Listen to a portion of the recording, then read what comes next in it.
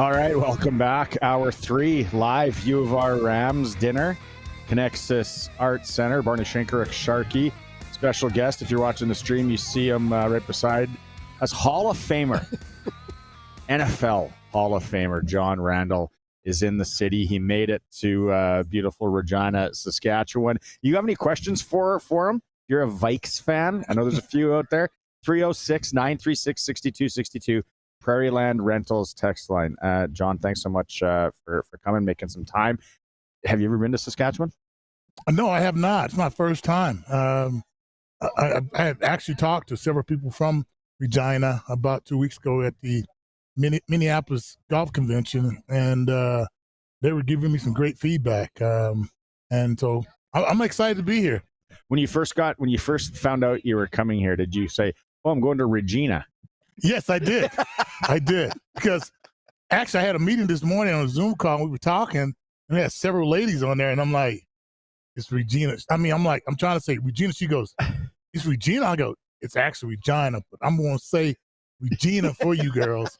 Yeah. And one of the ladies I texted and told her, and she got in trouble because she was laughing because she goes, it's Regina. I'm like, yeah, it's Regina. It's so cool. NFL Hall of Famer. Like, does it ever get old hearing that? You know what? No, it doesn't get old. But when I set out to try and play in the National Football League, I wasn't thinking about getting in the Hall of Fame. I was just going out there to give it all I got. I was just a person who just wanted a chance to play in the National Football League. For some crazy reason, I believed that I belonged in the National Football League, and I just knew I needed a chance. And there was a few obstacles that I had to come across or had to go get over and to accomplish to make it. But I knew that's where I belonged. And, I started out in 1990 trying to make the team, and it's 2025, and I'm still associated. And what I mean by associated, I now work for the league office. And so, man, it's a kid coming from a town of 150 people. Yeah. Everybody told me that I wouldn't make it far. And so it's just unbelievable. The undrafted stories, right? Yeah. Everyone always wants to hear the undrafted stories. Now, maybe a two-part. Was there a moment that you go back to when you're younger and all that, where you were saying, you know what, small town, like you said, right?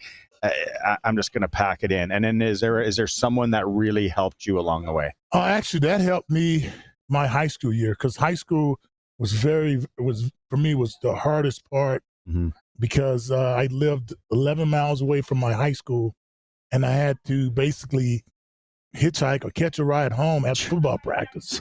And so when I would get home, I was already thinking about tomorrow. How am I going to get home?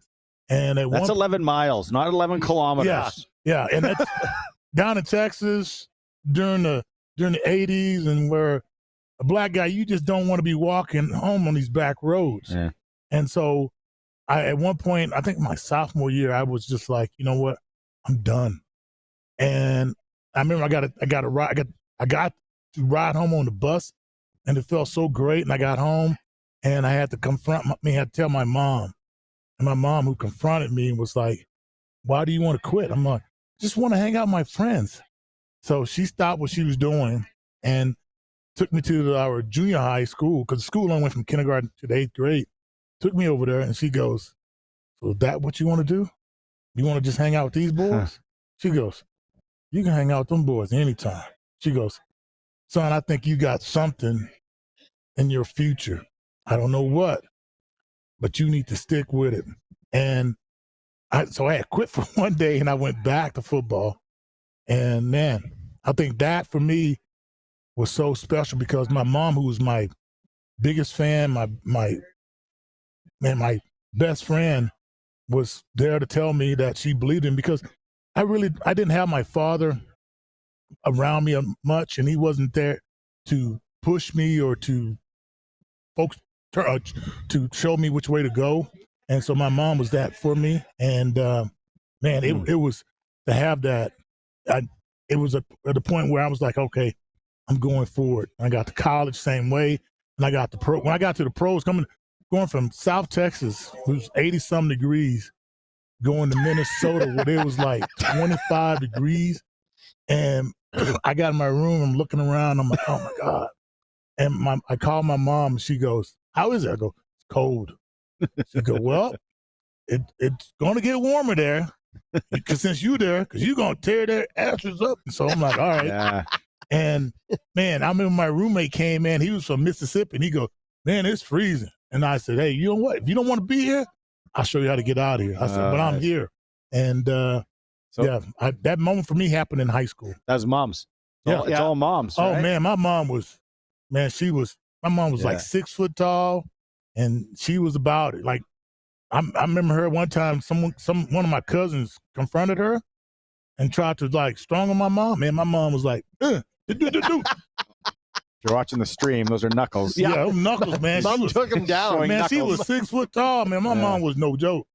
Okay, we had a couple of good stories earlier. We had another reporter on, Arash Madani, out of Toronto, and he, by the way, is an enormous fan. He calls you Johnny. Yeah, he calls you Johnny. Yeah, right? that's when I have from kindergarten to 8th grade, everybody called me Anthony.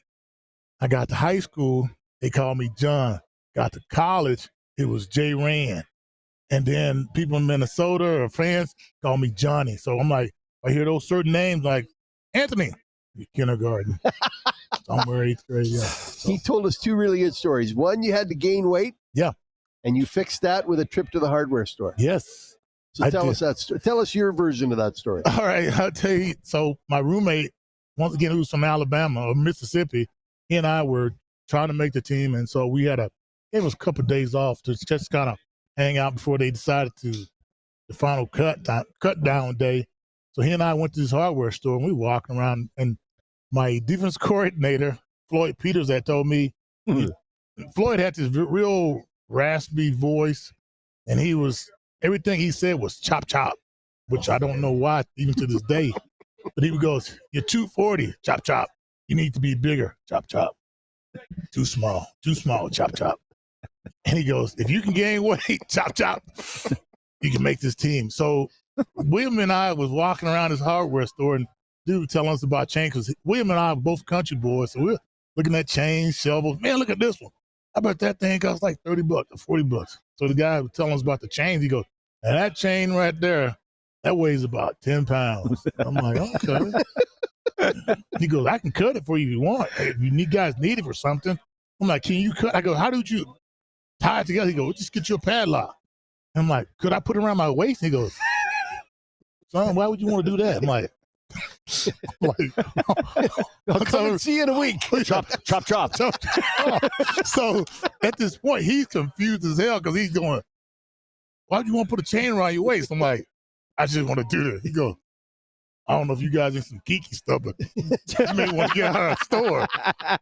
So that's how crazy he got. So I'm like, yeah, I put it around my waist. I'm like, yeah, I want this. And so he cut it, took the padlock, hold it up together, and went to practice. And back then, they didn't really they didn't tell you to take your sweatpants off. So I had my sweatpants over top of it. And I hopped on the scale. It was like 251. I'm like, yeah. And he looked at me, the weight coach. He goes, son, I don't know where you got it at, but it says 251. That's how I made the team. That is okay. Now, hey, I got to know I know you don't like the Green Bay Packers, Minnesota Vikings player, right? Hate the Packers. Tell us about the commercial with the Brett Favre chicken. Oh, my God. So Nike came to me and was like, we got this idea. We're going to have you chasing chickens like Rocky. I'm like, Rocky? Yeah. You're going to be chasing chickens. So we did this commercial, not in Minnesota, not in Wisconsin. We went out to California, out in Beverly Hills, to film this thing. And so we're filming this thing, and I'm asking questions like, whose house is this? They go, oh, they film movies here. I'm like, really? What kind of movies? Well, like pornos and stuff like that. But that's beside the point. Why was there a chicken there? Anyway. So we had these chickens, and dude, we're there for about 2 days trying to catch these chickens. The first day, the chicken wouldn't move, wouldn't run. So we just, all of a sudden, they brought in another chicken. And, but it really just kind of changed how Minnesota and Green Bay, how we hated each other. And it just really, put my face on how the Vikings felt about the Packers, and it was pretty funny until Peter got a hold of it, and Peter was like, "Did you kill a chicken?" I'm like, "We didn't kill a chicken. No chicken was harmed." So one ended up on the barbecue, but not that one. Yeah, not that one. And then that's when we went to KFC or some restaurant and got some chicken. All right, we didn't cut up any chicken, but I got so much bad press about it from Peter that we kind of scaled back from it. But it's pretty ingenious though. I was watching when I knew we were going to have you on the last couple days. I've been watching just old highlights and just you, trash talking, like next level trash talking. That was awesome. What's a quarterback that you wanted to murder? Probably all of them. Oh but that was maybe underrated. That. Oh my God. Well, you know what? Everybody knows the Brett Favre thing, but I think the Trent Dilfer, because Trent and I, we would go at it. And later on we became teammates, but Trent was a guy that was, he let me get in his head. And it just really got to the point where I wouldn't even be talking to him. I'd just be looking at somebody else and just look at him and, "What are you looking at?" I'm like, "Okay, I'm not looking at you. You're looking at me." I'm like, I like you.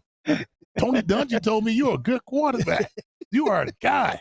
And it used to just mess with him. But to the point where one time I tried to grab him and I'm on the ground. I'm trying to reach out and grab Trent. And I'm like, "Oh, come here. Come to me." And he sees me down there. He just jumps down on one knee and starts just pounding me. And I'm screaming, "Get him off me, ref."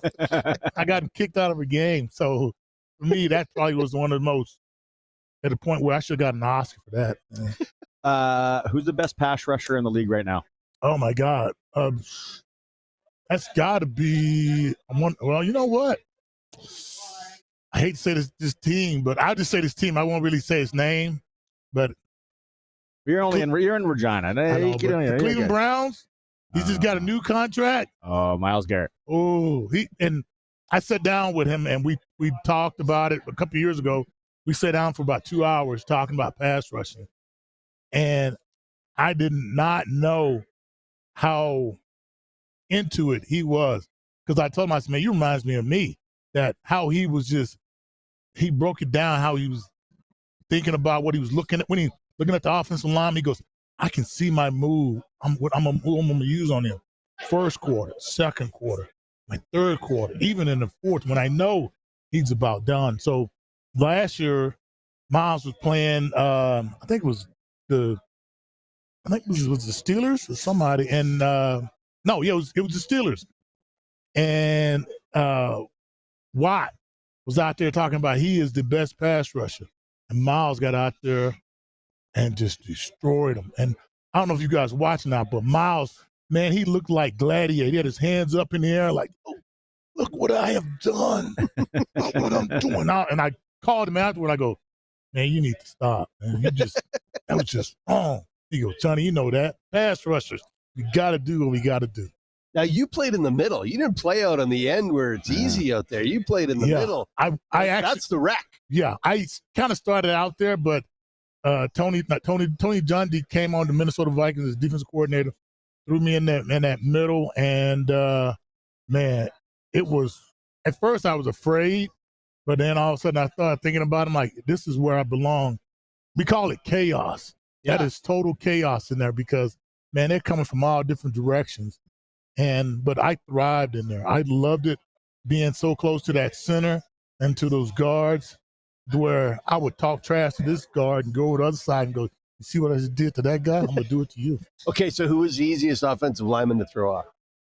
Oh, man, easiest? There was none easy, because the problem you have when you're going against the guards, you got that center who's always coming on to double team you and picking on you. So it was never any easiest one, but I just said the ones that I really enjoyed was going to Green Bay, because I love going to play the Packers and trying to take advantage of their guards. But they had this center named Frank Winters, who was from from Chicago, but he had this New York accent voice, high pitch. Mm-hmm. "You're not getting in the air. You're not getting in the air. Nah, not here today, Johnny. Nah, not today." So, but I love going against Green Bay's guards, and just because I would read up so much information on them. They would do radio shows, and I would hear the radio shows, them talking about what they were going to do. So that just made me even more angrier. That's what Arash was talking about, how you did your research pre-internet days. Yeah. You'd find out things about guys and to throw some daggers. Yeah, I did. I was finding out a lot about the guys because a lot of times the guys would get on, when they started talking to media, they would just let on about everything, their wives, their strengths, their weaknesses, things they were looking at doing for the season. And so I would just bring it up in a very polite manner. Like, hey, I just heard you got married. My name is Michelle. She's over in section 205. I think after the game, I'm going to go talk to her. So I loved it. It was fun, though. Oh, that is what biggest changes NFL, we're going into 2025, than when you played? Oh, one of the biggest changes is one of the rules that they put in because of me, which is you can't grab the guard's hand when the guard's pulling. So I was quick enough where I could grab the guard's hand and tag along with him when he was pulling and come out behind him and grab the running back. That rule right there changed a lot in the game because now they call that defensive holding. So that was one of the rules. One of the other rules is you can't really speak derogatory to the guys on the field. Another rule for me. 2 John Randle rules. Yeah, but those two were probably the biggest ones. But as for new rules that I do like are the ones that they can't really go down low on you.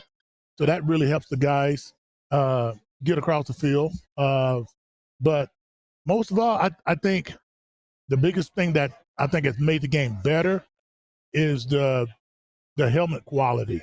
That's changed. Yeah. That's definitely made it better. Now the helmets are just not everybody's playing in the same helmet. Everyone has receiver has his helmet, quarterback have their helmets. So those inputs of the game I really do appreciate because now our guys are coming out of or retiring, and they're retiring with less concussions. And I think that's a tribute to how the PA or the NFL Player Association and the NFL is looking at bettering our game and letting our guys come out of it more healthier and allowing our guys some guys even are looking to play lesser because their quality of life is better. And so it's, and with the money they're getting now too, guys are playing less. So it's all headed in the right direction. And I'm very proud to have been a member of the National Football League. Wow.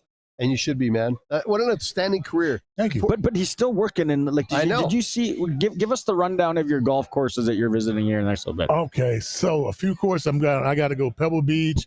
I got to go play. I play in the Byron Nelson Pro-Am. I do one down in Boca.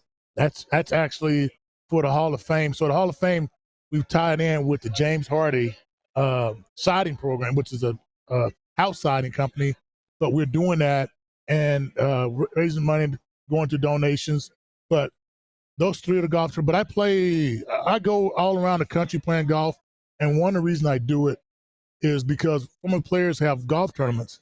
And what better way to go out and show your appreciation for those guys and also go out and show the league's office appreciation by coming out and representing and showing them guys that we appreciate what they've done for the NFL and what they're doing in the community. And so, man, I'll be in Tampa for Derek Brooks' tournament.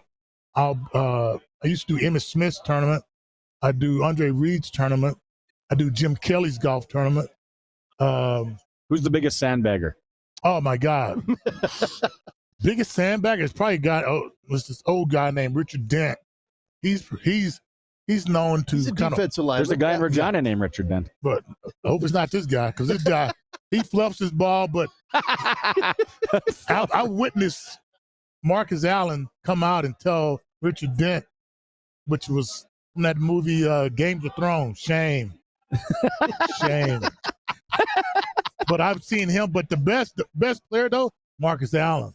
Yeah. And now since he's working for the Colorado Buffaloes, his game may go down, and it may give me a chance to we do a thing out in Canton where we have this belt, like the WWE belt. Yeah.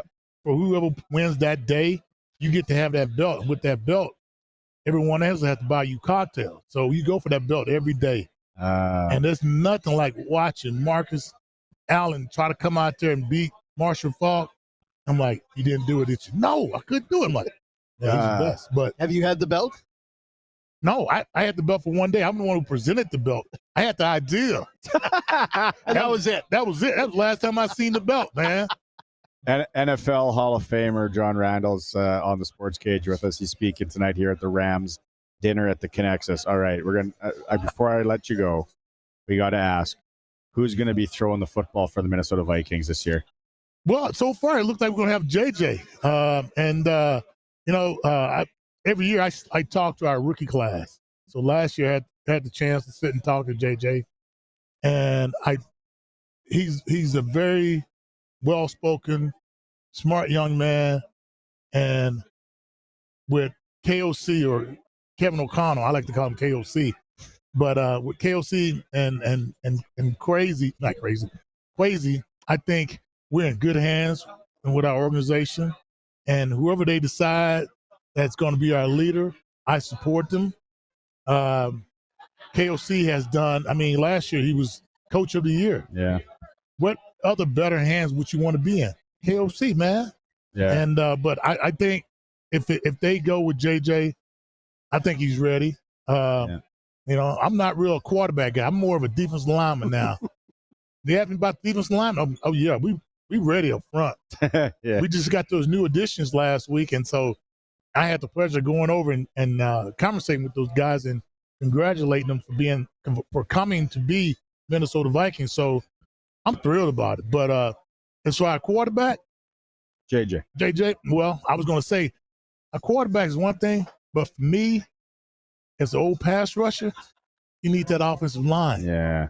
If you've got a really good offensive line, I could get back there, throw football and look good because, man, you have all the time in the world, man. Hey, our CFL team, the Saskatchewan Roughriders last year, we know about an offensive line. We had a lot of injuries last year. Oh, you did? Offensive line is key. John, thanks so much. Thanks for being here in Regina. Thanks for stopping by to chat with us. We really appreciate it. Skol! Yeah, there it is. Awesome. NFL Hall of Famer, former Minnesota Viking, John Randle joining us. We'll go to break here. We are live at the Connexus. It's the Ram Dinner on 620 CKRM.